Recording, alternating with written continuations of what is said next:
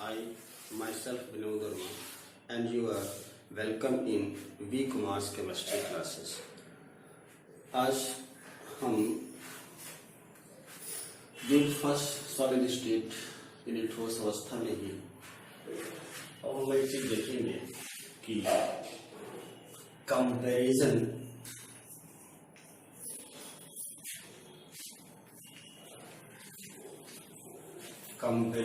in solids, liquid and gas.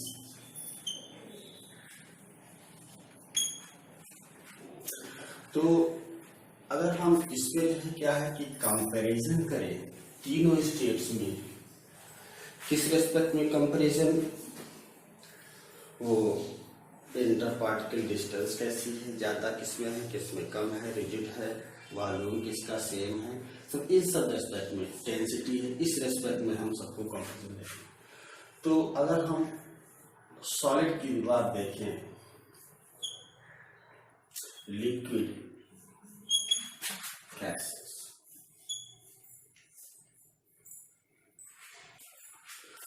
तो solid में क्या होता है, जैसे इनका जो है क्या है कि रिजिड होते हैं,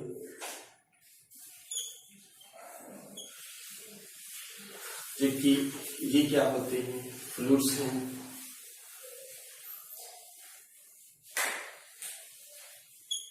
ये फ्लूइडिटी होगी इसमें, और ये इसमें भी जो है क्या है, फ्लूइडिटी होगी। दूसरी चीज अगर हम देखें, जो सॉलिड्स होते हैं उनका जो है क्या है कि वॉल्यूम डेफिनेट है,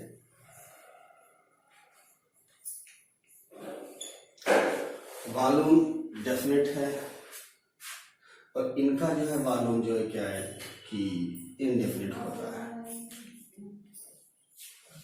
इनडेफिनेट होता है। और इसी तरह से इसका भी जो क्या है, गैस का भी जो वॉल्यूम क्या होता है, इनडेफिनिट होता है।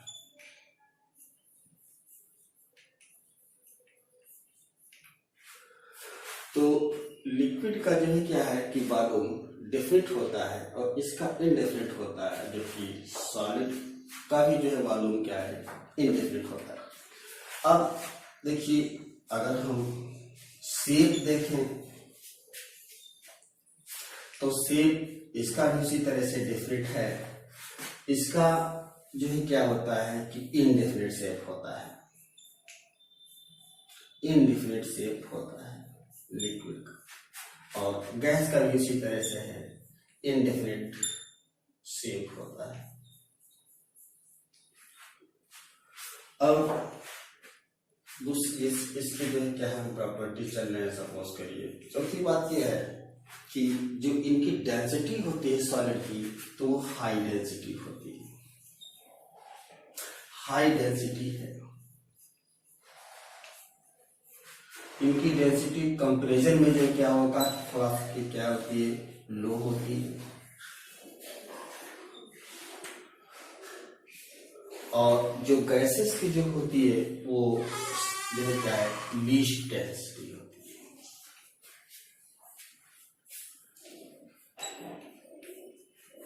ये इनकी डेंसिटी।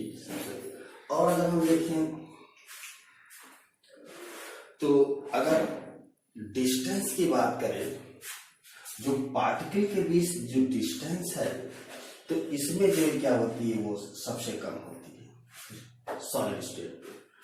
और यदि कि मॉलिक्यूल जो है क्या है, जो अरेंज होते हैं वो क्लोजर होते हैं, ये इस तरह से अरेंजमेंट इसका होता है। यानी particles are constituents of solids जो है क्या है कि लाई या क्लोजली पैक्ड, डिस्टेंस इसके बीच कम होगी, जब डिस्टेंस कम होगी तो इनके बीच जो इंटरमॉलिक्यूलर फोर्स ऑफ अट्रैक्शन वो स्ट्रांग होगा, और इस वजह से ये रिजिड होगा। अच्छा, तो अब इसमें क्या है कि जो इनका शेप है और वॉल्यूम है, दोनों चीज ये कंटेनर पर डिपेंड नहीं करते, लेकिन independent to container in which they are contain, because जो molecular force of attraction strong है, इस तरह करके इसमें होता है। लेकिन जो हम लिक्विड की बात करते हैं तो इसमें जो क्या है कि अगर ये कोई लिक्विड यहाँ पर इसमें है तो इस लिक्विड को जिस भी कंटेनर में कंटेन करोगे तो उसका जो है क्या है शेप अचीव कर लेता है। इसका मतलब है इनका जो शेप है वो जो है क्या है डिपेंड करता है कंटेनर पर, क्योंकि इनका वॉल्यूम तो डिफरेंट है। वॉल्यूम तो डिफरेंट है, अगर 1 लीटर का वाटर है या मिल्क है जो भी लिक्विड लिया वो रहेगा उतना ही, चाहे जिस कंटेनर में उसको हम ट्रांसफर करें, लेकिन इसका जो शेप होगा वो कंटेनर के अकॉर्डिंग होता है। वो कंटेनर का शेप जो है क्या है अटेन कर लेते हैं, जिसमें वो जो है क्या है कि केप्ट यानी कि रखे जाते हैं। गैसेस में जो है क्या होता है कि इनको जो है किसी कंटेनर में जो है रखना होता है तो एक क्लोज कंटेनर में रखना पड़ता है, और ये उसका वॉल्यूम और शेप दोनों अचीव कर लेते हैं, रिटेन कर लेते हैं, इन विच इट इज कंटेन। किसी भी गैस को जिसमें कंटेनर में पैक करेंगे, कंटेन करेंगे, उसका वॉल्यूम भी अचीव कर लेगा और उसका शेप भी वही चीज कर लेगा। इसके जो मॉलिक्यूल्स हैं, जो कंपोनेंट्स हैं, यानी जो घटक होते हैं गैस के अणु के, वो क्या होते हैं कि वो पूरा जो है क्या है दूर दूर तक फैले होते हैं। जितना उनको स्पेस मिलता है पूरा स्पेस कवर कर लेते हैं इस तरह करके। इसलिए इनका ना तो डेफिनेट वॉल्यूम है और ना डेफिनेट शेप है। और इसका माना गया है गैसेस में कि जो इंटर पार्टिकल डिस्टेंस है वो बहुत ही ज्यादा है, और जो कह लीजिए अट्रैक्शन है वो नेग्लिजिबल है। लेकिन ऐसा होता नहीं, लेकिन माना गया है कि नेग्लिजिबल होता है जो अट्रैक्शन होता है। तो ये था कंपैरिजन सॉलिड, लिक्विड और गैसेस में। अब देखिए हमको एक चीज देखना है इसमें कि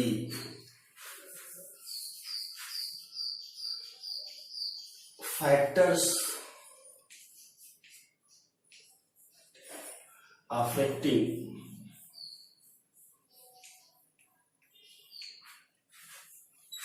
सॉलिड स्टेट।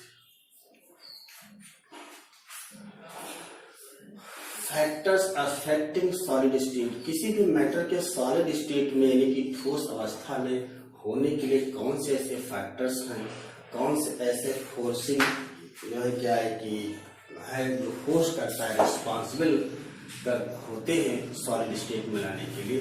तो केवल 2 चीजें हमको मिलती है। एक तो इंटर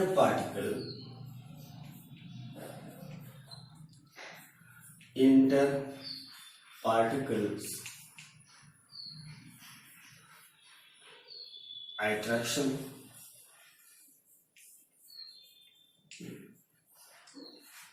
और दूसरी चीज है थर्मल एनर्जी।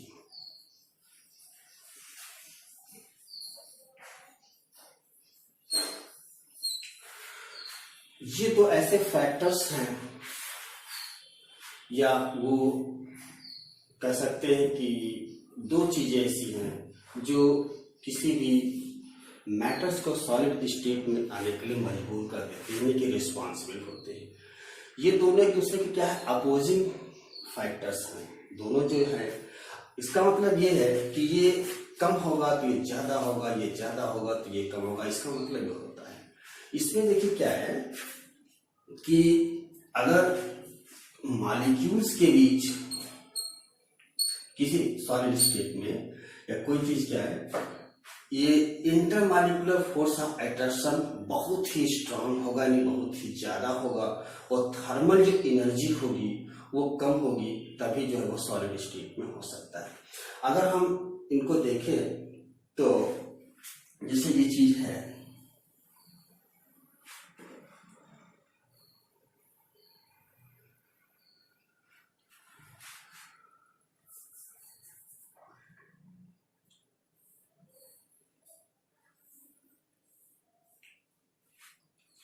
Solid,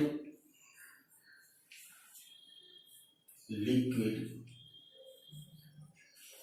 gas. इसका मतलब है जब हम इधर से इधर की तरफ मूव करते हैं।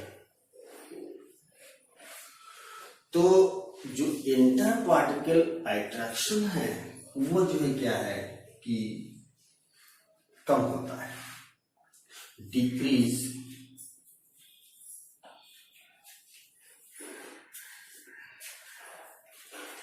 Inter particle attraction.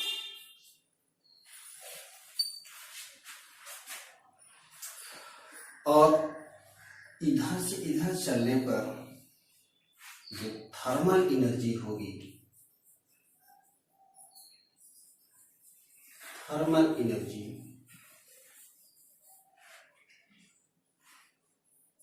Increases.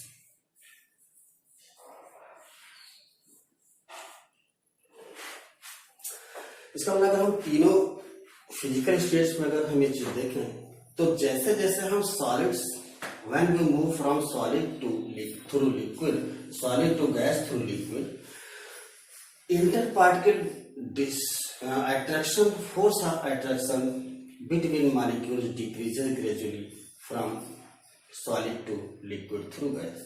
So solid to gas, solid to liquid भी कह सकते हैं, ऐसी बात नहीं है, और liquid to gas भी कह सकते हैं. And in the along the same direction, thermal energy increases. Thermal energy अगर किसी भी स्टेट में अगर बढ़ती है तो इसका मतलब है कि उसके पार्टिकल ज्यादा जो है क्या है, free to move and make different types of motions, translatory, rotational, different types के मोशन करते हैं. इसका मतलब है कि जैसे जैसे हम सॉलिड से लिक्विड में चलेंगे तो इसका जो है क्या है कि जो अट्रैक्शन है, फोर्स ऑफ अट्रैक्शन वो कम हो जाएगा, लेकिन थर्मल एनर्जी थोड़ा जो है क्या है कि बढ़ जाएगी. और जब हम लिक्विड से गैस की तरफ चलते हैं तो जो फोर्स ऑफ अट्रैक्शन है वो और कम हो जाएगा, लेकिन थर्मल एनर्जी जो है थोड़ा और बढ़ जाएगी. तो जिससे गैस के जो मॉलिक्यूल होते हैं वो फ्री, इसीलिए जो है क्या है पूरे कंटेनर में जो है क्या है मूव करते रहते हैं, और इसीलिए वॉल्यूम और शेप इनका कोई भी डिफरेंट नहीं होता है. तो ये दो ऐसे चीजें हैं जो किसी भी जो उस सब्सटेंस के मैटर को जो है क्या है कि सॉलिड स्टेट में लाने के लिए मजबूर कर देते हैं, थर्मल एनर्जी और inter particle force of attraction. बस इतना.